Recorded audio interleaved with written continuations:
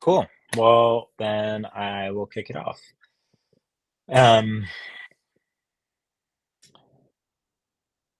so first, I want to just express my gratitude for this space of this conversation, and it's been really beautiful to tune in over the last week and a half, and to really feel that there is a senius emergent here among all of us who are gathered, where we are co-learning and mutually informing and bouncing ideas off of each other, and in that process strengthening each other's work and kind of cohering through a more unified theory of change, or a set of different kind of pluralistic maps of both what we are facing as a species and also the different vectors that we can take to address some of the underlying systemic crises through this kind of cosmo-local ethos.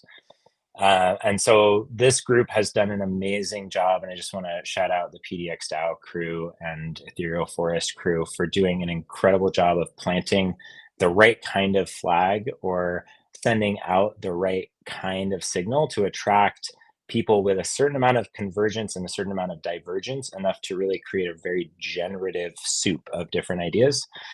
And so it's really in that spirit that I'm sharing today, not in the sense of trying to preach a message or convert people to the approach that we've been working on over the last couple of months in the context of the Open Civics white paper, but more so to just kind of add to that generative soup of the various mix of ideas that are happening here. And what has heartened me so much about this community is, for the first time in a very long time, the collective understanding of the need for an ontological shift is something that I'm now hearing from way more members within Open Civics than I've encountered in any other systems change oriented community that I've been a part of. And it is bubbling to the surface, but I feel really heartened by like the depth at which this particular set of communities has come to unearth, like, it's actually about our worldview. And as people who are creating new systems, there's like a deep process of introspection and decolonization and ontological transformation that is informing the work that we're doing. And so for me, the way that I describe this ontological shift is moving from a worldview of separation to a worldview of interbeing.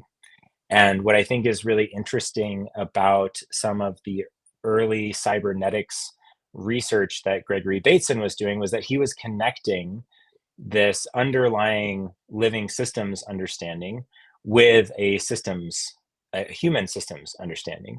And in his essay, The Cybernetics of Self, he is actually pointing to the same ontological shift of how we know each other and ourselves through the context of our relationships. And so this is like a very profound shift in how we exist in the world. That's what ontology literally means. It's our understanding of our beingness in the world. So there's an imminent reality that we're awakening to around our interconnectedness. And this requires a kind of whole cloth reimagining of our human social structures, because the state and corporations are built on top of this worldview of separation, where we have pyramid hierarchies, we have, inhuman bureaucratic institutions that just treat people like numbers, and there's no space for heart and for care and for things that are not commodified transactional relationships. And so if we want to live into this new way of being that is oriented around relationship and tending to the soil of the context that we're in, both the social ecologies and the living systems ecologies that we're connected to, we need to start to really deeply interrogate how we structure organizations and all human systems. And so the way in which the Open Civics white paper attempts to unpack this worldview shift and apply it in terms of systems design and a systems design ethic is thinking about all forms of human coordination as expressions of social organisms. And that ultimately everything that human civilization is can be broken down to human beings engaging in mutually beneficial activities and coordinating with one another to provide some kind of core underlying service.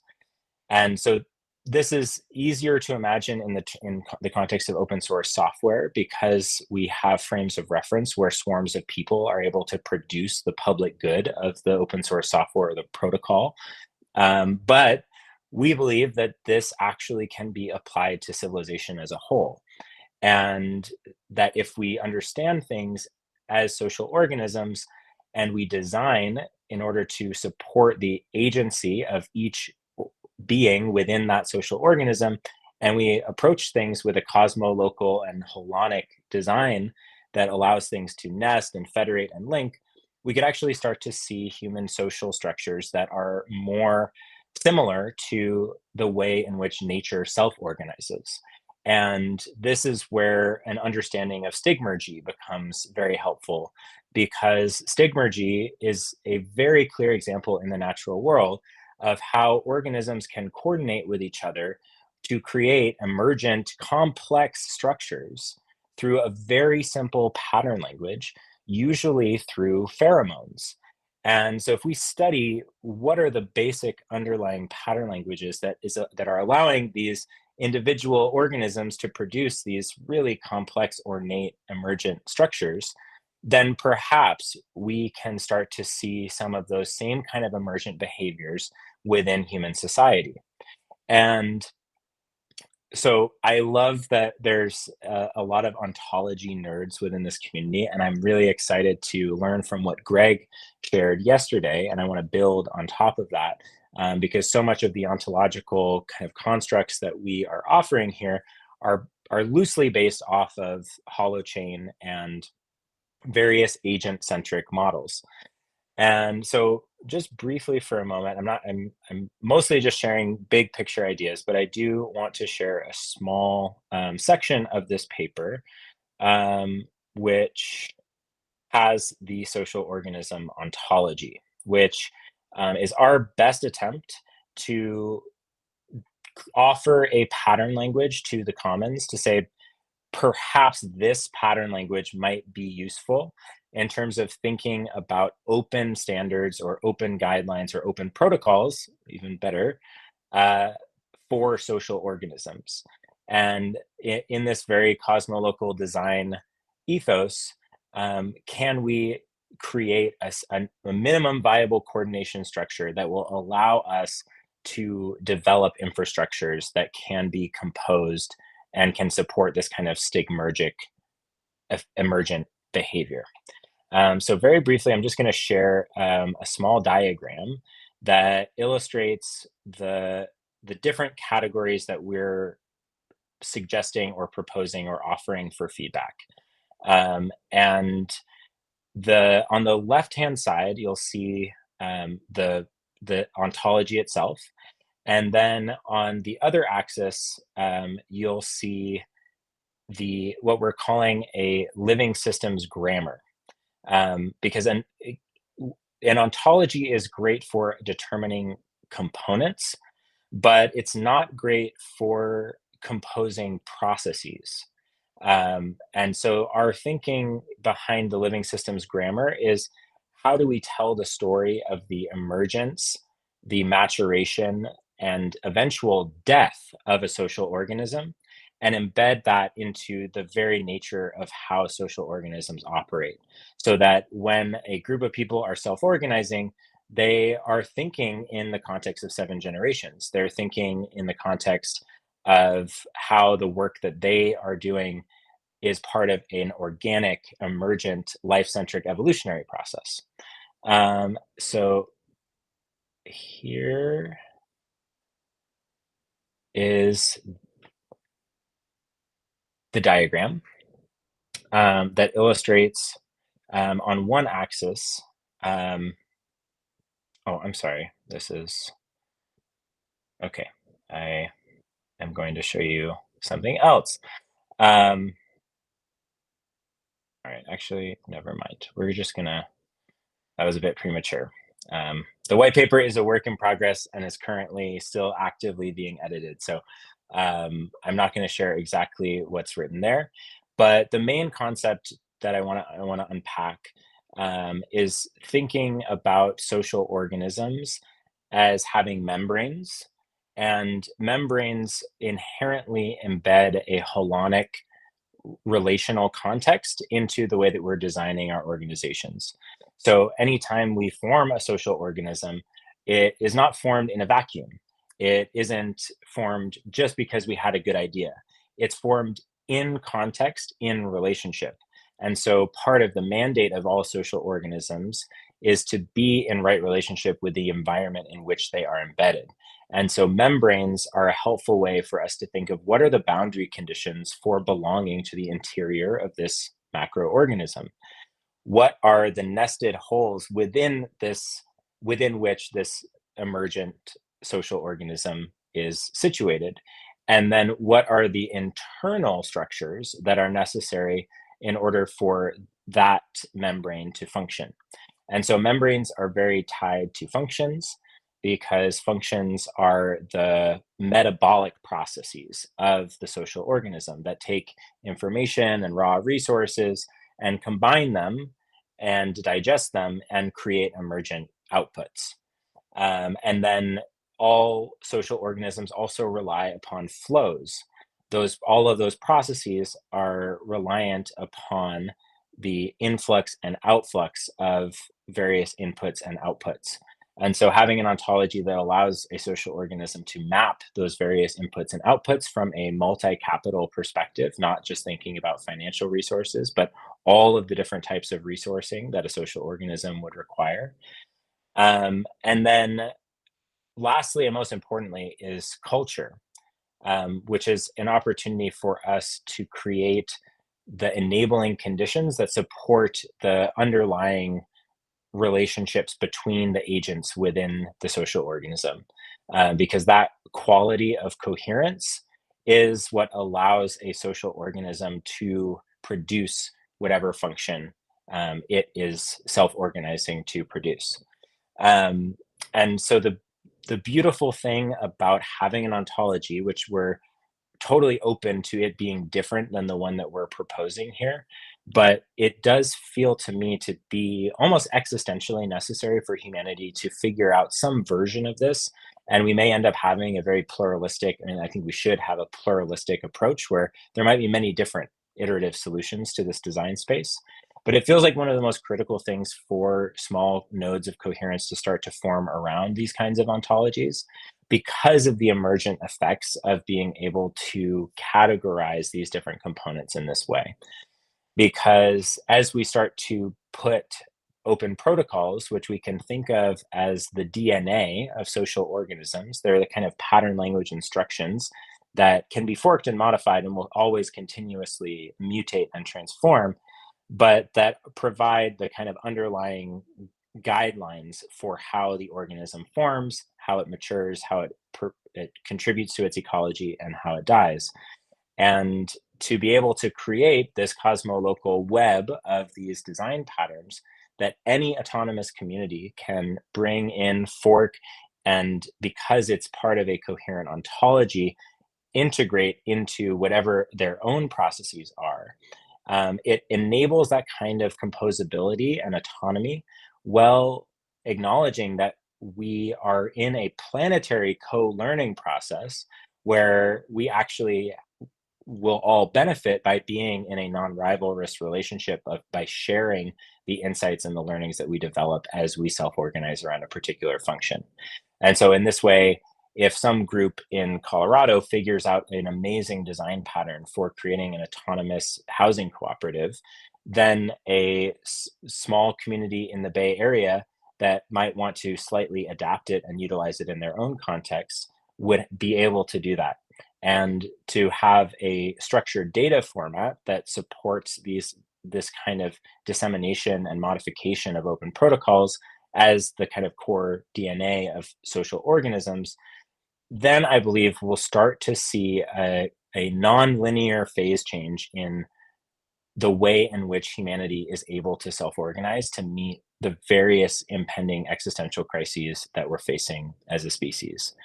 And so, even if it is not this particular pattern language, I really want to be in community with all of you to help create a underlying structure that enables that kind of emergent, stigmergic set of behaviors. And I have a strong belief that there's actually nothing that institutions currently do that exstitutions as social organisms could not do at the most grassroots level, bringing agency and authority back to the people who have the highest degree of intimacy with the places where they are. And of course, this requires a kind of civic renaissance, a kind of reemergence of this spirit of care. But I feel that that is actually the intrinsic response as soon as we start to soften the story of separation and start to realize that by caring for each other and caring for the commons and our planet, we are caring for ourselves because we are part of a commons that we share with all of humanity and with all of life. And so that is the thought process behind why I feel social organisms are essential to the evolution of human civilization as a way to reconfigure all of our underlying systems to reflect our deep knowing of our interconnectedness and our mutuality and our solidarity. And so I would love to utilize the rest of the time of this session to be in dialogue. I'm happy to share or expand on any of the concepts that I just outlined. And I'm looking forward to being able to share everything that I just communicated um, in the form of our white paper very soon. I'm sure there's a lot of stuff that I probably have missed, but I think that was like such a nice, elegant way to kind of close a presentation session, and I can pick up any threads that we might want to pick up in conversation, and share a little bit more because there's like probably 100 more pages than what I shared, but that feels like a nice bite-sized piece to kick off a generative collaborative conversation.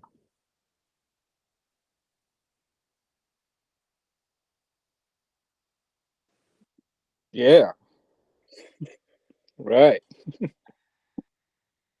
Ontology nerds.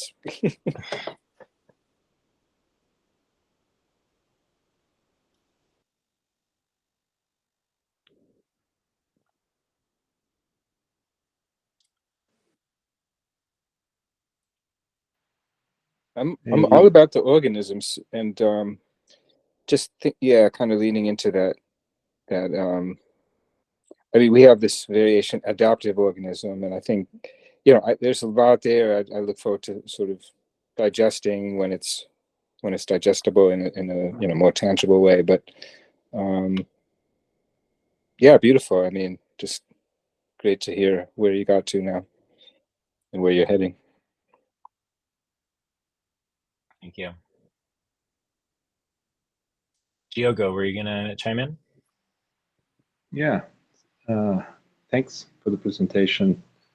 The, you know, I've been thinking about traces, you know, spoke about stigmergy and in nature, there are the pheromones, they are left in the environments for others to see it or to feel it. And so they are traces. And I wonder how we, as a institution, open protocol, how are we thinking about traces? What are we leaving for others to see?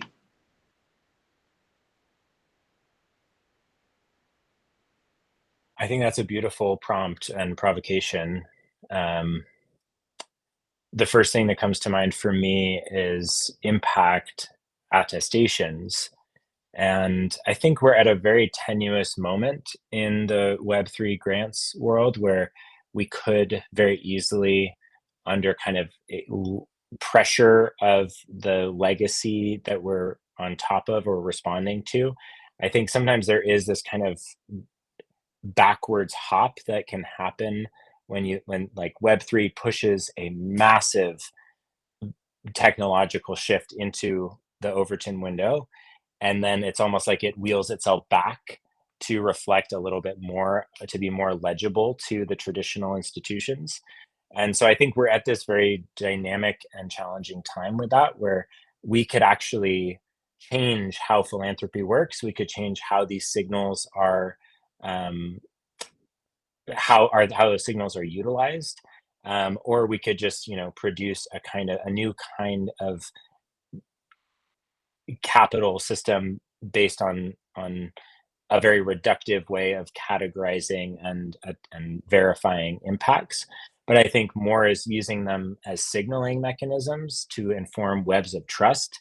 That's more of what I am seeing as possible and necessary as a way to have on-chain records that are legible to help us signal different forms of value and contribution to each other. But yes, Charles, I see your hand. Thanks. Yeah, maybe just to pick up on that and sort of play with that metaphor a bit. I mean, some handfuls of we have gone into stigmergy quite a bit, including with the great Daniel Friedman, who's sort of one of the ultimate stigmergy nerds. But the thing, my understanding is it's about food sources. I guess one of the primary purposes is like identifying where's the food and at any given time, which will change, and it will, so the trails are, I guess, I mean, I'm still learning, but like ephemeral in a sense of like they're more in the moment or relative to like the immediate time. And so the idea of like putting things on chain and having the trails persist, it's a bit counter to the nature version, perhaps. So that's something to look at. It may still be useful in other ways, but there may be a flip side that it's away from the nature there, potentially. But then again, just thinking in terms of the moment or near around the moment, that's where and when the trails are relevant, right? So even going to what you said, impact attestations, then that's relevant more immediately. And then again, there could be utility in the sort of the more persistent record, right? But then it's different than actual stigmergy, perhaps, at that point. All right, check.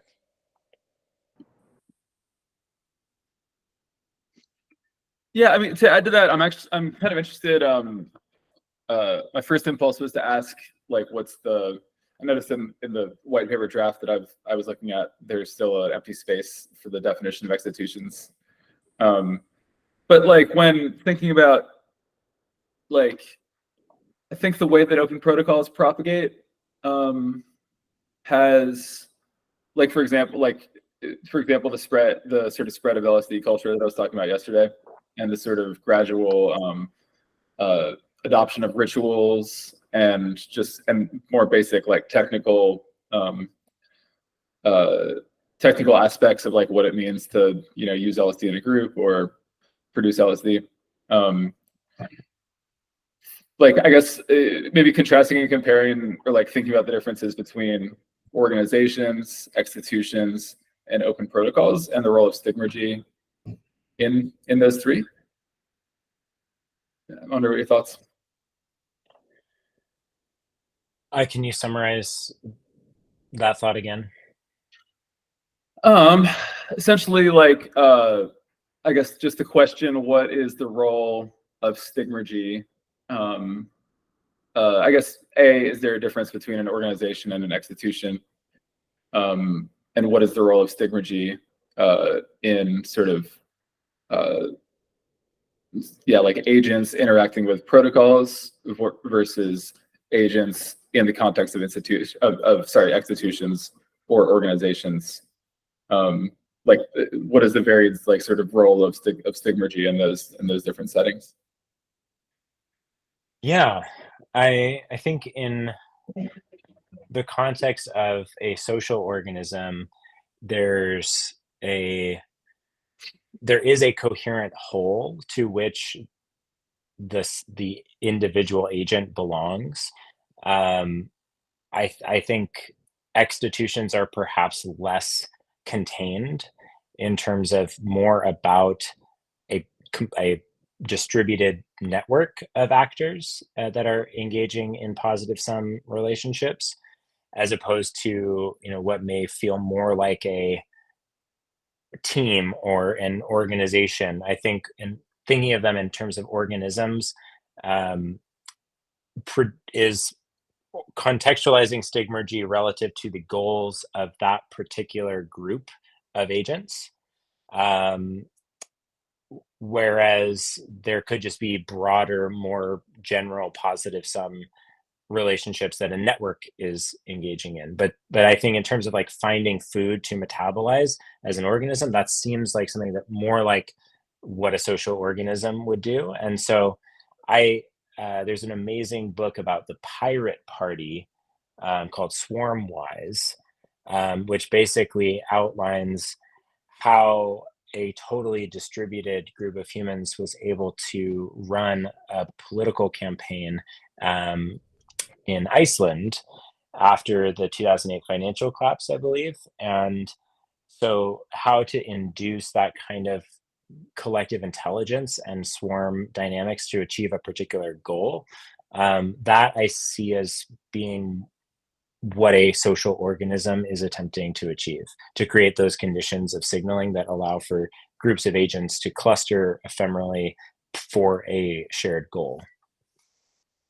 Yeah, really interesting. The executions thing, man. Yeah, more is this like envisioning it more as this distributed form, almost like open value network comes to mind. It's close, like not quite to like similar to what you're saying, but what we've been playing with is execution as like it could be like in many cases an execute like the ones that we were like talking about or writing about. It's like 6 or 8 people come together, but their main goal is to their main purpose is exports, like formalizing and contributing to the protocol in order to like keep the open empirical exploratory vibe of it. But the idea of like execution is distributed like spatially, is 6 people working in different locations across the globe. Is that an execution? Is it more like are executions in the sense you mean more like networks in terms of like looser and more open participation? Yeah, interesting. But anyways, we can leave that open. But I have a separate sort of note about on top, like the term, like you design theorist folks use ontology in a little bit of a different way than the sort of like philosophy sense that I'm used to. It's not totally different. I mean, it essentially means the same thing. What are your axiomatic like sort of entities and objects that you're using as you're building a meaning structure. But the term like viral ontology came to mind. Like I think a lot about emanationism. Like that's something that I'm always kind of measuring my like philosophical impulses again, or my just conceptual frames against. Which emanationism is the belief that or a sort of ontological structure where there's a Godhead and reality flows from the Godhead, and so your closeness to the Godhead is your measure of reality. So in that structure, I mean, it's the traditional patriarchal, like basically chauvinist structure. So the king is closer, the Pope is closer than the king's closer than the whatever. The father is closer than the wife is closer than the children are closer to the animals, and there's a sort of gradient of reality that goes like that.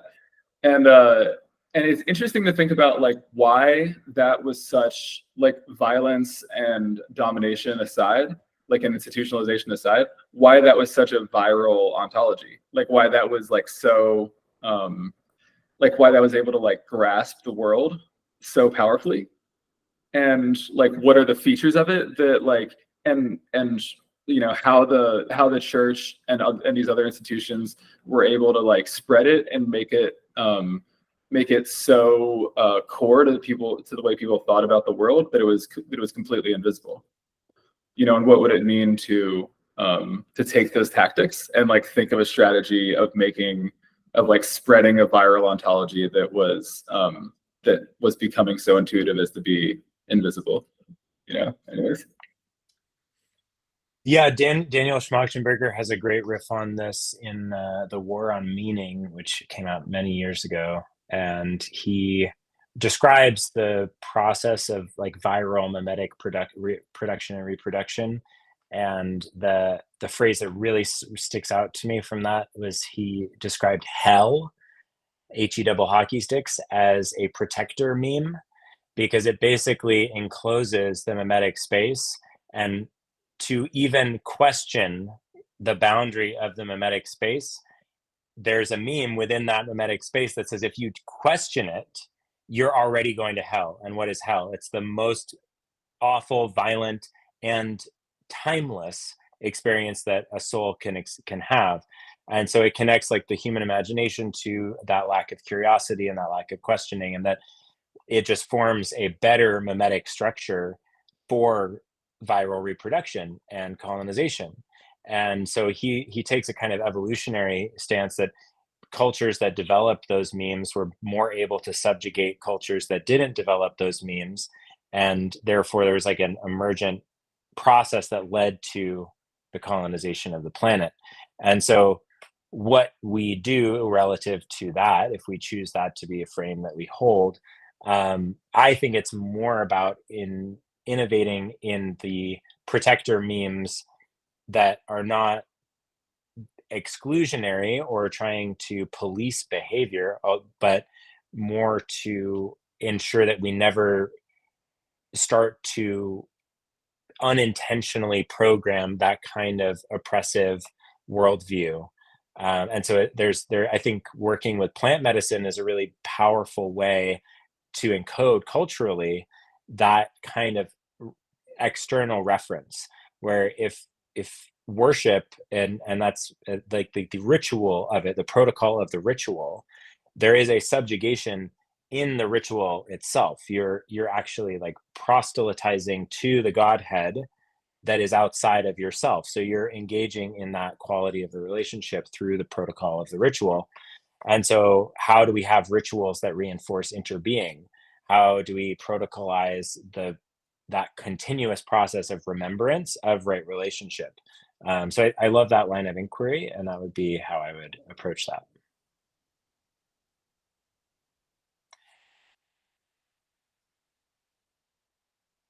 Charlie, I saw you had your hand raised, or Charles, but real quick, my personal tendency is the entire like sort of regenerative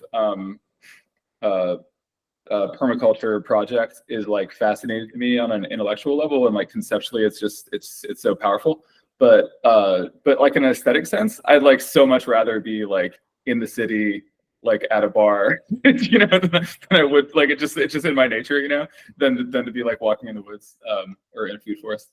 I mean, maybe I just haven't been exposed enough yet, but I think it's like I think that there is an aspect of the culture that is resistant to nature metaphors and to that mimetic space that is so heavily in reference, like that's so heavily attached to like biomimetic frameworks. And I think it's an interesting question to think about, you know, again, having full respect on a sort of systematic and conceptual level for the kind of the mechanism and logic that is discussed in those like more nature-oriented contexts. I wonder if things like animism and other sort of other of these like non-traditional ontologies could find like dirtier, more urban embodiments that might sort of help to give an edge to the mimetic space, you know, and be able to speak, be able to like be in conversation with these more like nature-oriented right relation type frames, but bridge out to different elements of the culture. Yeah. Or maybe it's the case that like there's something, yeah, I don't know. Maybe it's the case that if those things are alienated from those natural elements, then it's to their detriment, and that trying to engage with them on their own terms would be a negative, would create negative externalities. It's still kind of an open question for me.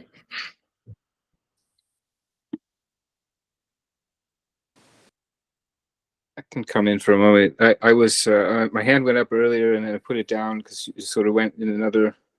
You kind of made it. You gave me you circled back enough for me to come in again around language and something I think I mentioned just for a moment yesterday around this idea of the minimum viable ontology. But just to say, the way I've been using, in a bit of a naive, uninformed way for years, ontology, I think I tend to conflate it in practice with taxonomy a bit. And then there's this question about folksonomy and sort of all these variations. And same with ontology. And I think that's where I haven't had to really reconcile it in very specific ways. But I just wanted to bring in this bit about, so all this talk about memes and viral memes and what are the carriers? I mean, there's culture at large and this cultural environment, but there's language, and there's sort of different forms of language, which could be verbal or otherwise, of course. And then,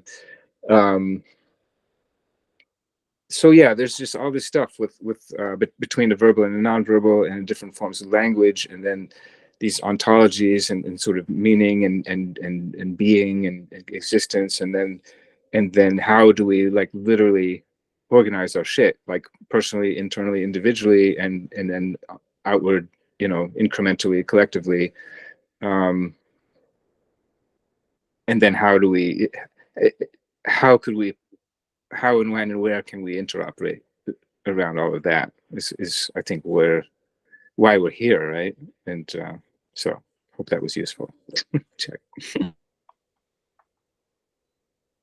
Yes, and before I shift it over to you, Giogo, I've gone through a similar journey of both misusing ontology and then also now using both the philosophical and the computer science metaphor simultaneously, or in slightly different contexts. So when I said ontological shift in the beginning, I was speaking more to the philosophical one. And then when I was speaking about the ontology for the social organism, I was speaking more in terms of more like a taxonomy, but in terms of like components of an information system. And then I dropped 2 quotes from Martin Luther King Jr. in the chat, just because I think he does a really good job of articulating interbeing in a way that he uses a metaphor of a street sweeper, which I think is an urban context of like, we're part of a social ecology, even if we're not inside of a totally untouched or not constructed human physical experience. We're still part of a web of relationships. Okay, Giogo.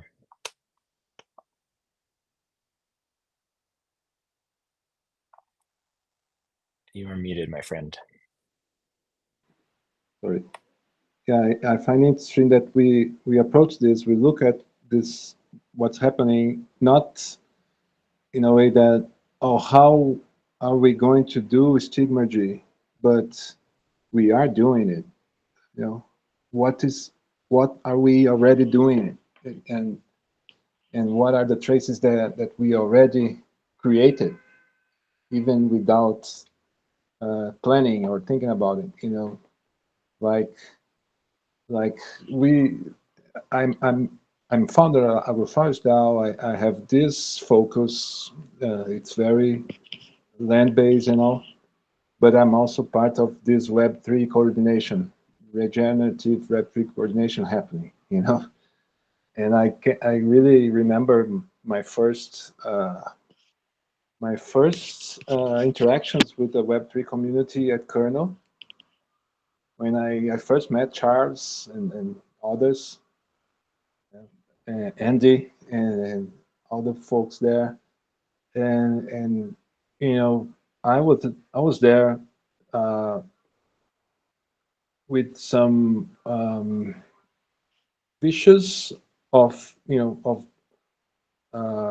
participating in video conferences, like, no, yeah, talking too much, or I don't know, not knowing very well how to coordinate. And then there was these people that like felt like they were there, they've been doing this 100 times, and they could just, you know, sense everything, and they will treat you very nicely, politely, even without knowing you. Even, you know, even if you treat them bad, they would respond nicely. And then, so there's this feeling, you know, this vibe, and some terminology, you know, we call some folks that are there for a long time OGs, and there are these badges, you know, these categories, you know, and as a coordinating movement swarm, I think it's beneficial for us to see, to have categories, to understand where we are, and you know, and find or be able to recognize some methods of coordination, you know, that are happening, uh, and maybe exercise some more of these, you know, maybe experiment with these, you know, like I know we've been here, we've seen each other's talks, we know each other's projects, you know, it, there are some, we are familiar in some sense. We could, you know, maybe try to um, uh, categorize in a way, you know, maybe not, that's not the term, but the level of ability to coordinate that Charles has, that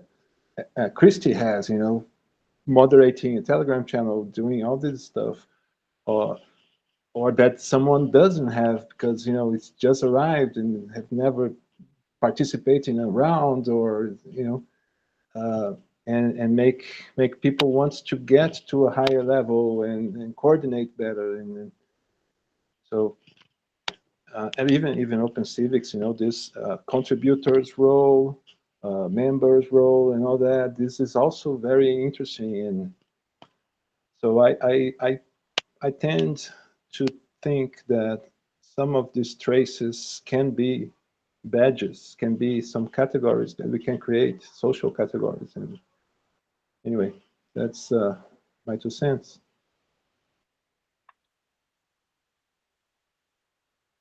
Yeah, just to respond to that, when I was on Salt Spring Island, I was hanging out with someone from the Token Engineering Academy, and this I do think one of these powerful signals that we can share with each other is around the skills that we have, and attesting to those skills, so that when we're starting a totally emergent group project, we have context for who we're bringing in and what their prior relationships are and how they've shown up in other contexts, collaborative contexts before, and what capacities they bring.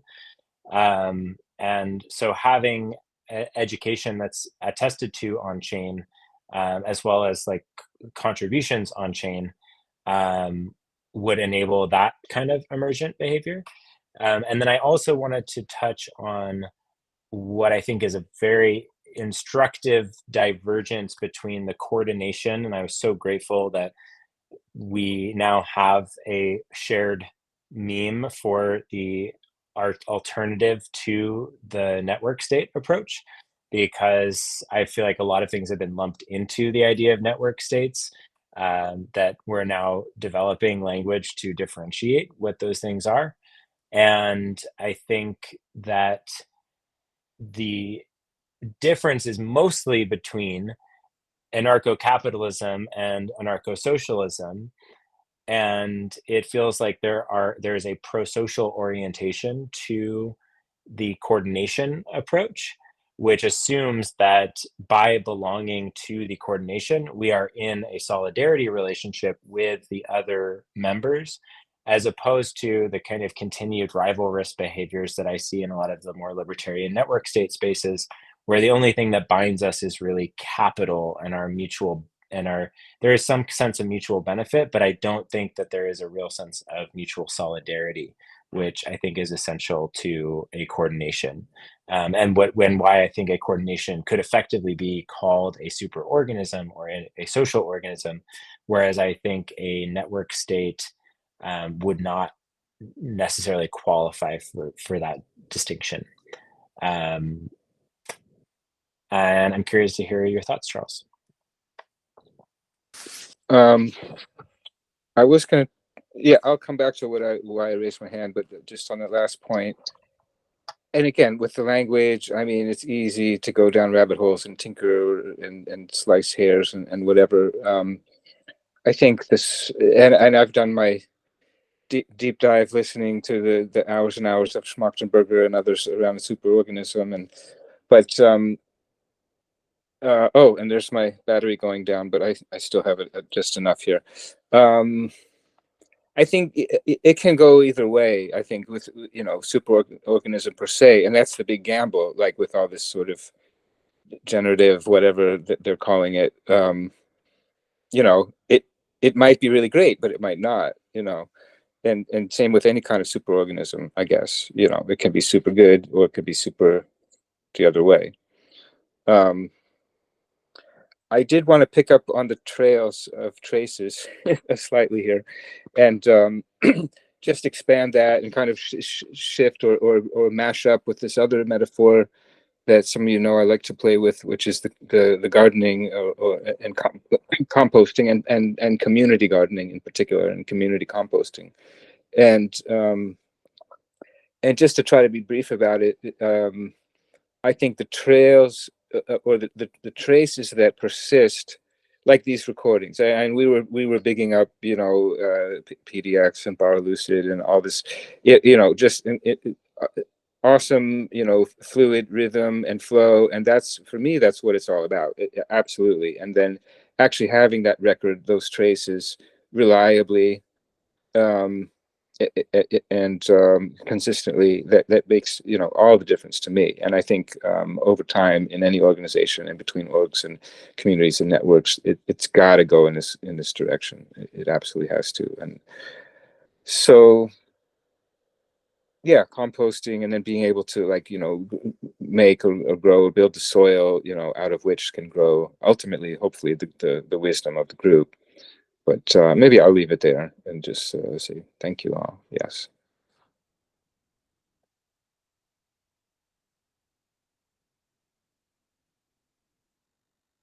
I was muted.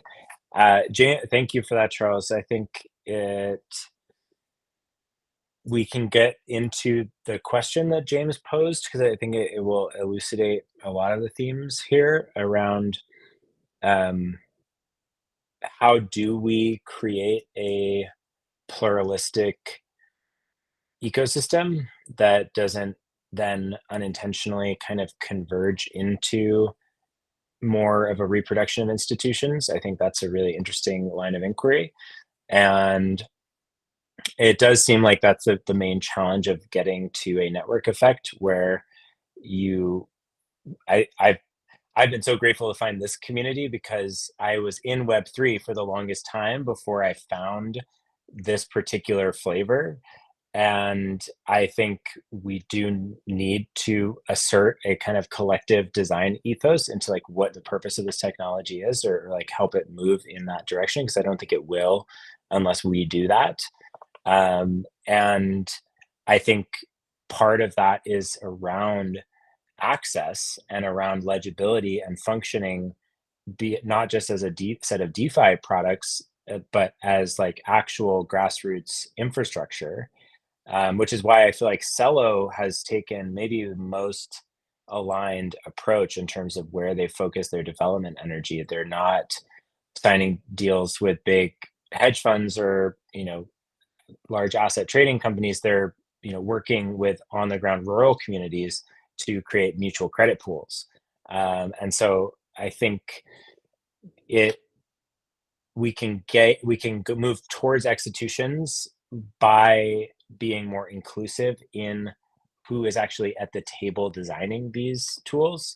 And I think if we just have a very insular group of people, it'll very quickly, reproduce some of those dynamics by just lacking the diversity of different voices and perspectives, and only therefore being utilized by people who have those same perspectives, and eventually being less and less inclusive to other types of voices coming in and helping to design those tools.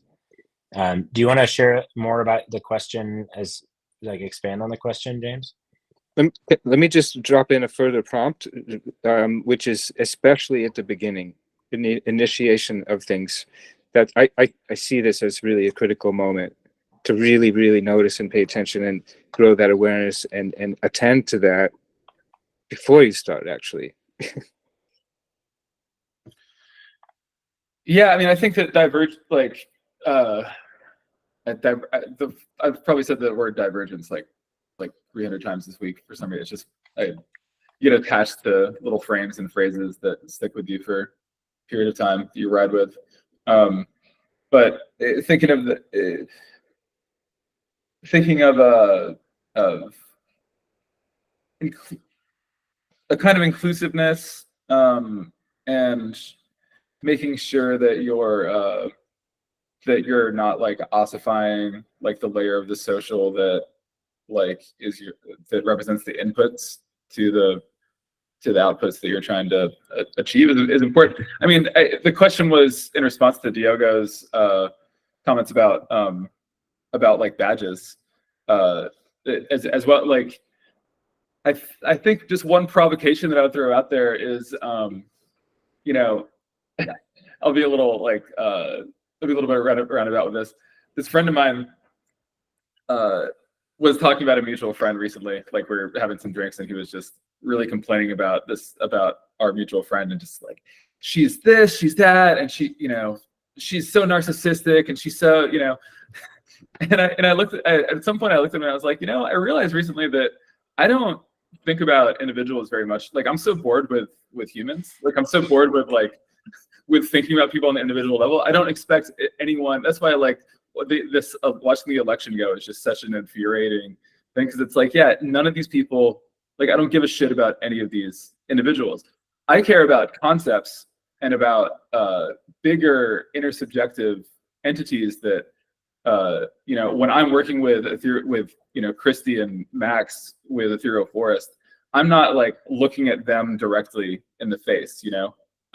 I'm looking at this object, and indirectly I'm seeing glimpses of them when they're attached to a craft and to a labor that they're like that they're bringing their love to, and that is so much like that always brings out the best of people. When you're seeing them through that indirect lens of that third entity being in the room, there's just something really powerful about that. I wonder about just because so much of what we're doing in Web3, like what Web3 brings to the table is artificial scarcity and a really like ability to be extremely creative about what kind of entities or objects we want to construct. I wonder about reputation and badges and just discovery of entities that are riding the scales away from the level of humans that we're so used to. And that maybe if there's an institutional reputation or institutional badge system, it has to do with calling names of things that don't correspond to traditional organizations and don't correspond to traditional individuals. And an example of that Christy and I actually talked through some month, like around, maybe it was a full year ago, was the idea of, I don't remember, the name of it isn't important. So imagine, we have ETH3DX once every month. Sometimes they go really well. Sometimes there's poor attendance. Sometimes great attendance. So the concept was, okay, maybe one night ETH PDX is just like, it's just like the best. It's like it's not clear what happened. It's not because one particular person showed up. It's just emergently something like we were visited, you know? And so the concept was we make a wallet and we pay tribute to the god of good vibes, you know? And we construct that entity and we make that entity, we make it a seed of intentionality, you know, that can be in the room with us. And so maybe then later, you know, me and Max are getting a milkshake somewhere, and something happens, and like that day, it was just like, man, like weird series of events happen, and like the god of good vibes totally visited. You know, we're not going to force it, but when he shows up, like we know it, you know. And so we're going to throw $5, you know, or 5 die into that wallet, and you know, a year later, now the council comes up and says, okay, there's $380 sitting in the god of good vibe, in that, you know, seed of intention. So let's do our best to be stewards of this sort of entity that has visited us and use that capital in a way that is in line with its intentions. It's just like one kind of ham-fisted example of. I think it's a type of design space that's really difficult to think about, but that's just a sort of provocation in terms of like, what would it mean to go a little bit further down that line and try to play this game, talking about an ontological shift, play this game of subject to object, unsettling, and yeah, and you know, just to speak of an executional frontier of accreditation and mutual coherence. Thanks for coming up with another great idea that I'm going to lovingly steal, and because it's an open protocol, I feel invited to utilize that. And I feel like implicit in what you're sharing is the mutually aligned incentive to steward vibes. And that signaling mechanism, we have sometimes have an issue with like, how do we as a group want to navigate one person like dominating the conversation space and like sucking all the vibes out of the room. And I could imagine that people would feel more autonomy to co-steward a space if they actually had like some kind of investment in the outcome and felt like responsible personally. And so just that one mechanism feels like it actually aligns the incentives for more people to feel more responsible to co-steward the vibes. So I think that's a really great example of how these different signals actually induce different kinds of behaviors. Yeah, I want to turn it to Giogo. Yeah, just to add to that, you know, it's interesting that you've been excellent and Max and other folks there. You've been in this moment, visited, you felt the vibe.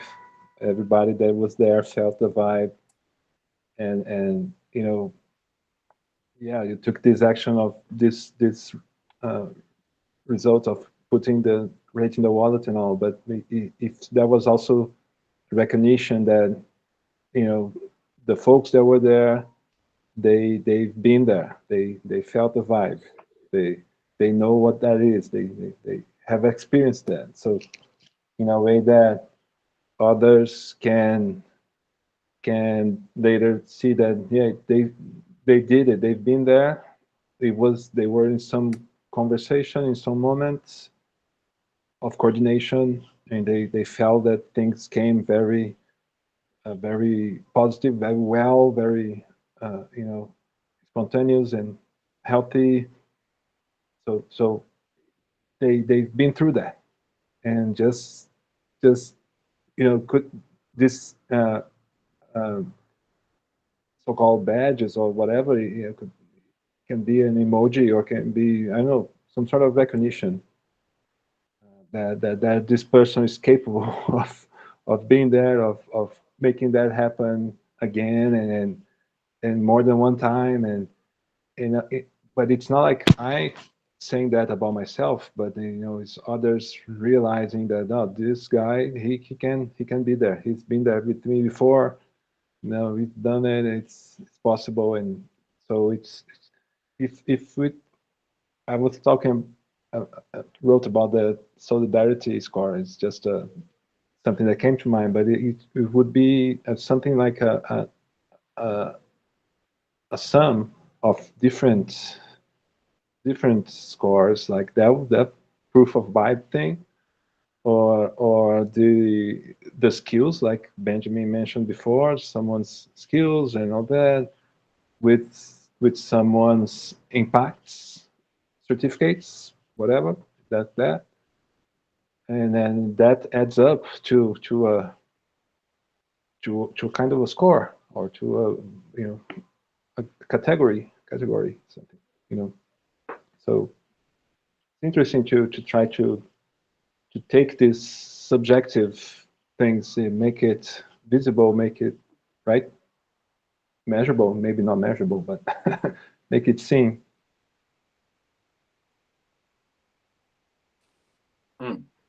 Make it sing. So yeah, just to extend this a little further, there's some of you heard me use this phrase semi-sync or semi-synchronous, which is kind of shorthand for the amalgam or mashup between synchronous and asynchronous, kind of the whole spectrum between. And I come to use this, I see through this lens in a lot of ways, and use it even for designing.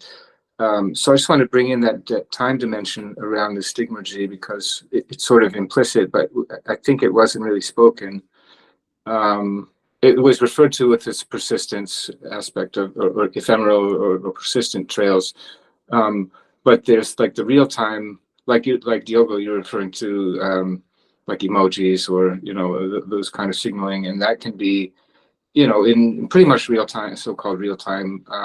But then those also would persist, and they sort of spread, you know, they get sort of lost back up the stream, up the thread, over time, and then they're not really out of sight, out of mind. Anyway, so I wanted to just bring that in, and let the thing, all this talk about vibes, and there was a little tiny story that we didn't develop very far, but so Benjamin, you may recall a little bit, the Kiko Lab, the Collective Intelligence Collaboratory, and this was probably a year or so before you came through, maybe, but I think you weren't around in the early times when we did this thing called the vibometer.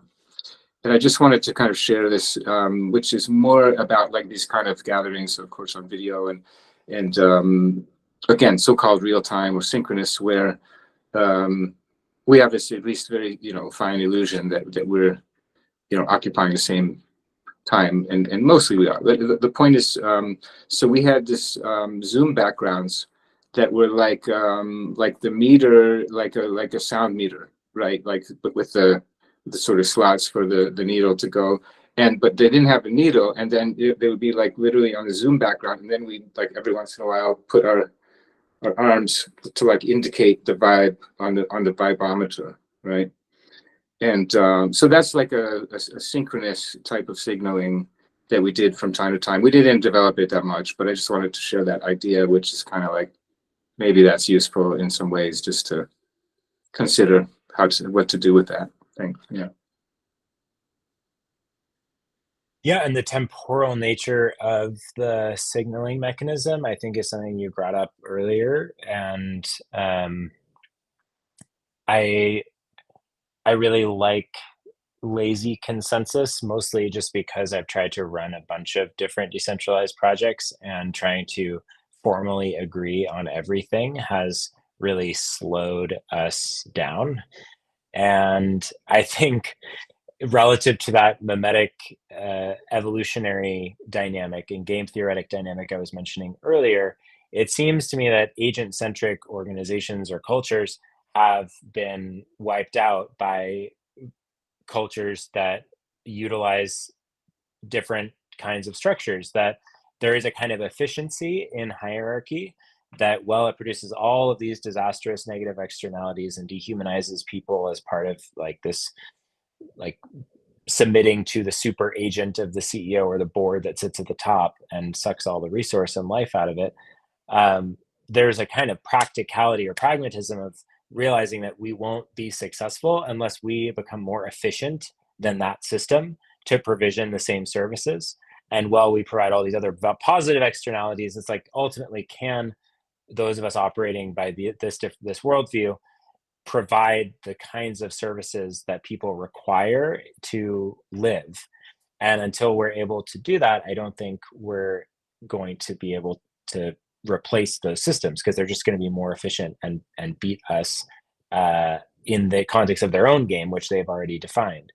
And so I think these more stigmergic coordination patterns, instead of having extensive governance meetings where we all try to make one decision together, how can we just very quickly sense very rapidly where are we coherent, where do we need more conversation, maybe we should diverge and explore parallel strategies, and we don't need to come to one solution.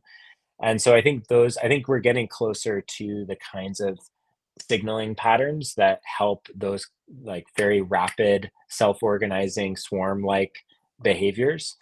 So I really appreciate that you named that mechanism, because I think just signaling your alignment when in your resonance with something, I found that to also be very effective in a lot of the other agent-centric contexts that I've been in. So I really appreciate you bringing that forward, and it really grounds, like, we are in a fitness landscape where we have to be more effective than centralized organizations. Otherwise, I don't know that we will succeed.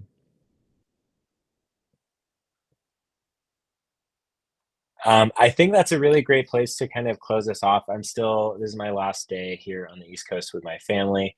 And so I'm going to have a final dinner with them. Otherwise, I would stay on here longer with all of you. But I'm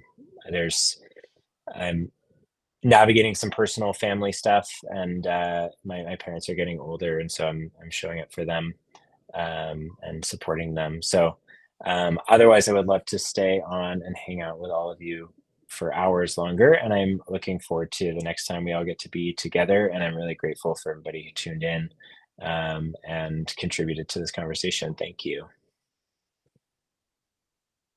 Thank you. Thank you, man. Enjoy your family. time with the Played family. with them. Yeah. Cheers. All right. Guys. Thanks, everybody. Bye-bye. Thank Take you. care.